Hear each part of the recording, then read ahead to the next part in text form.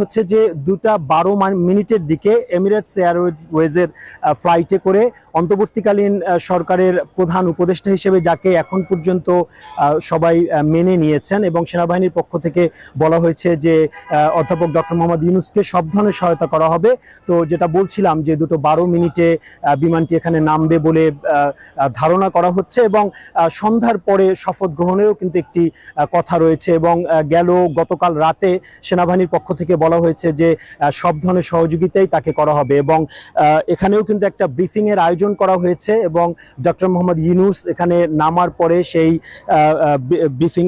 Briefing হওয়ার কথা রয়েছে, সেখানে হয়তো তিনি বিস্তারিত কথা বলবেন। এবং আপনারা জানেন যে ফ্রান্সে অলিম্পিক কমিটির আমন্ত্রণে তিনি ফ্রান্স গিয়েছিলেন এবং ছোট্ট একটি তার চিকিৎসাও হয়েছে, সেজন্য আসতে কিছুটা বিলম্ব হয়েছে। তো আমাদের সবগুলো কর্তৃপক্ষ যে জিনিসটা বলেছেন যে 2টা 12 মিনিটের দিকেই আসার কথা, কারণ ফ্রান্স থেকে দুবাইতে ট্রানজিট হিসেবে বিমানটি ল্যান্ড করে বাংলাদেশের উদ্দেশ্যে রওনাও দিয়েছে।